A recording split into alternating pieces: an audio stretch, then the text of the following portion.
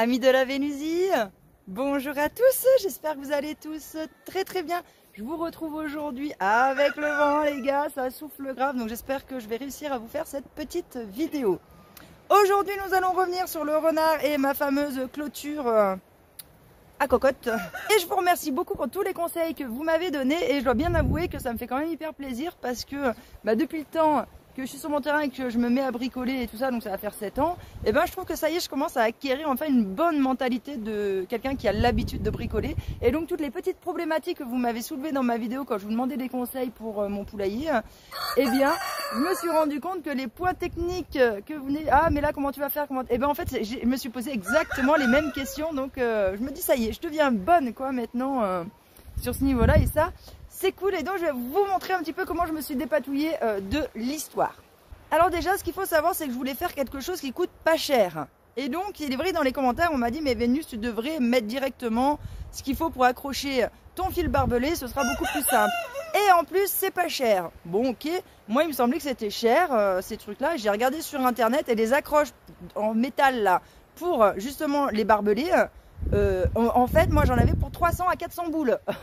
Pas cher, pas cher, désolé quoi. Moi j'ai pas envie de foutre 400 boules à 500 boules en fait si tu veux dans une clôture quoi, hors de question. Donc clairement ça me convient pas. Donc c'est pour ça que mon système...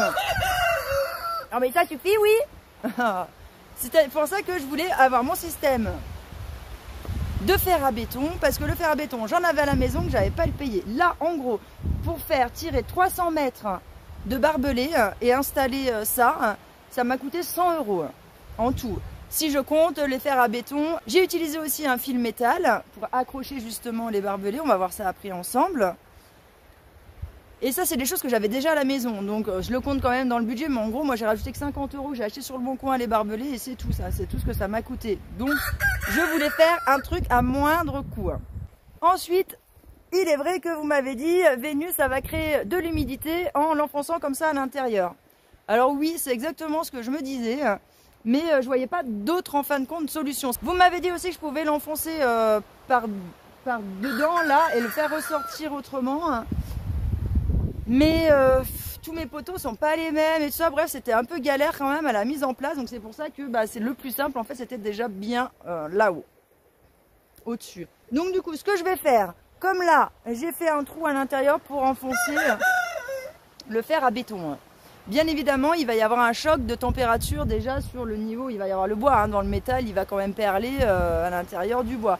Donc c'est vrai que mon bois risque de pourrir un peu plus vite. Par contre, par-dessus, un conseil qui m'a été donné, et en plus j'en ai à la maison, j'ai de la peinture en fait bituminée, la goudronnée. Et donc je vais en passer au-dessus. Comme ça, ça va masquer les petits trous et en même temps ça protégera le bois au-dessus. Bien évidemment, il y aura toujours l'humidité si vous voulez à l'intérieur du bois, là où il y a le métal. Mais ce sera limité en fin de compte.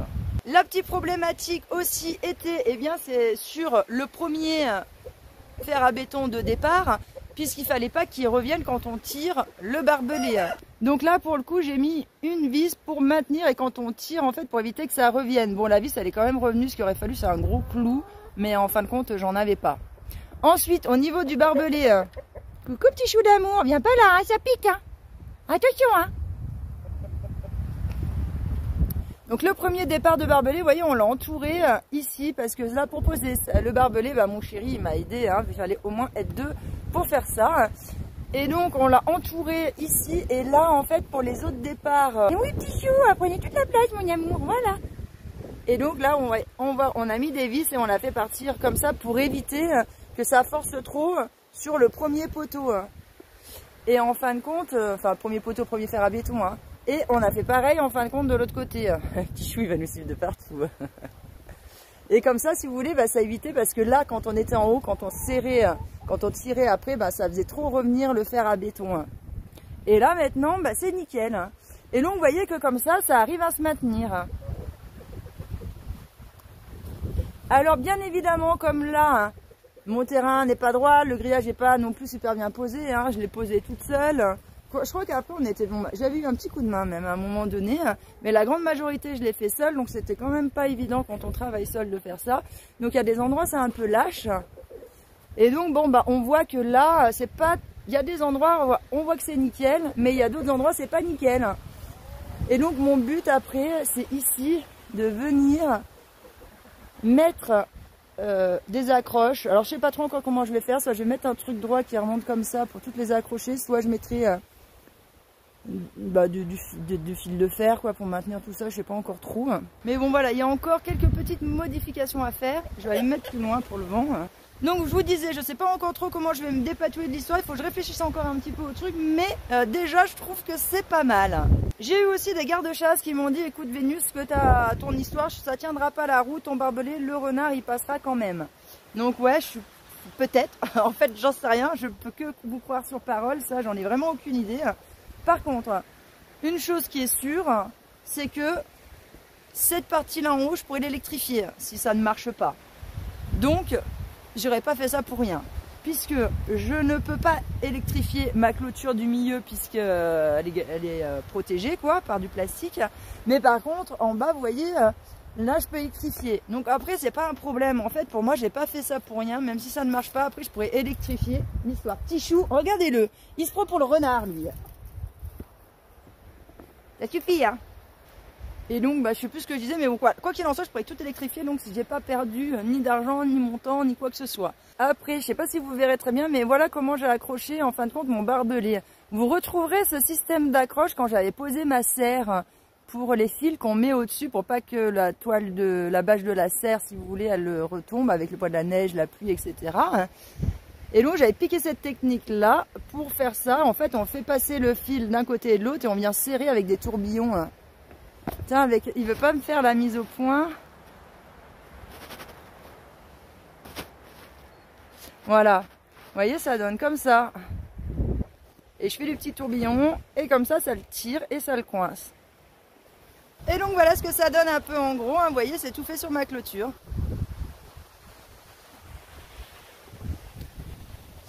Au passage, comme vous pouvez voir ici, bah, j'en ai profité pour virer toutes les ronces qu'il y avait là. Pendant que mon chéri, lui, était en train de couper les fers à béton. Parce que moi, vous le savez, utiliser la meuleuse, c'est vraiment pas quelque chose que j'affectionne. Donc soit il y a un pote qui passe à la maison et je lui fais découper les trucs avec dont j'ai besoin, soit bah, maintenant j'ai un chéri. Du coup, c'est lui qui s'y colle, je lui garde tous les petits trucs où il faut utiliser la meuleuse et je le fais bosser, quoi. Voilà. Dernier petit truc aussi, si jamais il y en a qui sont intéressés par l'histoire. Alors, mes fers à béton, c'était du 10. J'ai pris une mèche pour percer les trous qui faisaient du 10,5. J'avais essayé le 11, mais le 11 c'était un peu trop large. Et le 10 c'est trop petit. C'est trop difficile à rentrer dedans. Donc c'est du 10,5 et ça le fait nickel. Comme le fer à béton, hein. Il est un peu lisse, quoi. Vous voyez, il est... voilà. Bah, du coup, quand on l'enfonce dedans, bah, avec toutes ces stries, ça évite que ça bouge trop à 10,5. Donc c'est nickel. Et aussi, pour pouvoir... Alors là, on le verra pas parce que maintenant, bah, il y a le câble. Ah, là, le câble est pas dessus, je vais pouvoir vous montrer. Là, vous voyez, il y a une petite encoche. Là, mon chéri, il a fait une petite encoche dessus pour qu'on mette le burin et qu'on puisse venir taper pour enfoncer à l'intérieur le fer à béton parce que sinon, c'était trop chaud. Hein. Donc voilà, les amis, le poulailler chicken bread est prêt. Et du coup, bah, je leur ai rouvert maintenant la deuxième zone du poulailler. Hein. Elles y ont de nouveau accès. Et du coup, elles sont super contentes. Elles ont leur petite routine. Elles le retrouvent super vite. Oh là, mais il va falloir aller remettre de l'eau. Ils ont tout renversé. Hein. Il y a des laits. Coucou les petits amours. Je suis trop contente parce qu'ils grandissent trop bien. J'ai envie que ça dure, les amis. Hein. Mais bon, je crois que j'ai un coq dans l'histoire. Hein. Je crois que j'ai 2 poulets et un coq. Mais bon, ah bah oui, je vous ai pas dit aussi, hein. Cette semaine, il y a aussi la petite blanche, là, c'est la plus fragile de mes poules, hein, et puis en plus elle n'est pas vaccinée. Hein. Les poules rousses, là, quand on les reprend dans les élevages bio, là, ou non bio, hein, peu importe, elles ont été vaccinées, elles tombent jamais malades, hein, je chope pas le coryzal, je chope rien. Hein. Moi, mes poules qui sont pas vaccinées, elles tombent souvent malades. Et du coup, la petite blanche, elle est hyper fragile depuis qu'elle est née, j'ai souvent des petits problèmes avec elle, là, elle est retombée malade cette semaine, donc je pense qu'elle s'est chopé le coryza. Je pense que clairement, il a été emmené du cheptel de poules, là, les marrons que j'ai ramenés de l'élevage bio. De toute façon, à chaque fois que je ramène des poules d'un élevage bio, ou non bio, hein, on s'en fout, enfin d'un élevage industriel en fait, et ben à chaque fois, comme elles sont vaccinées, elles trimballent le coryza et moi je les ramène à la maison et c'est toujours ma poule la plus faible en fin de compte qui se le chope. Donc il faudrait que je me fasse une zone de quarantaine pour ça, mais bon... Le problème, c'est que ma zone là, elle était déjà occupée du coup par les poussins, donc j'en avais pas d'autres. Et la zone de quarantaine où je mets les poules malades, en fait, elle est trop petite, je peux en mettre 2 ou 3 dedans, mais je peux pas en mettre 6. Donc bon, j'ai tenté, heureusement, comme tu peux le voir, je l'ai sauvée, elle est en pleine forme. Je te fais mon petit cocktail, là j'en avais fait une vidéo, j'utilise pour tout, mon cocktail anti-coryza et machin, je fais la blinde. Je lui ai foutu ça et regarde maintenant elle gambade, en une journée c'était fini l'histoire. Par contre, comme je vous le dis, il faut s'y prendre à temps. Si on loupe la première journée où on voit qu'elle est malade, à lui donner des huiles essentielles, machin et tout le bordel, si on loupe le coche, après on a du mal à rattraper l'histoire. Bref les amis, affaire à suivre, on va voir un petit peu ce que ça donne cette histoire de clôture, je vous tiendrai au courant. Là de toute façon avec le printemps qui arrive bientôt, vous inquiétez pas, le renard il va revenir. Donc on verra ça. En attendant, ici, il y a Petit Cœur d'Amour qui est revenu à la maison pendant une semaine. Je suis trop contente, c'est la fête.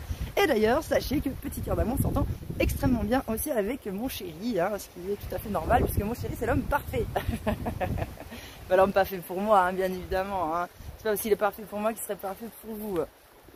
Bref, en tout cas, je vous remercie pour tous vos gentils petits messages, justement, où je vous disais que j'avais rencontré l'amour, etc. Vous avez été trop choupinous. Je vous jure, je vous aime trop les amis, ça. Vous me redonnez tellement foi en l'humanité, je vous jure. Mais tellement. Mais heureusement que vous êtes là, je vous kiffe trop, je vous jure. Bon, allez les amis, moi sur ce, je vous laisse. Je vous fais plein de gros bisous et je vous dis à bientôt dans une prochaine vidéo.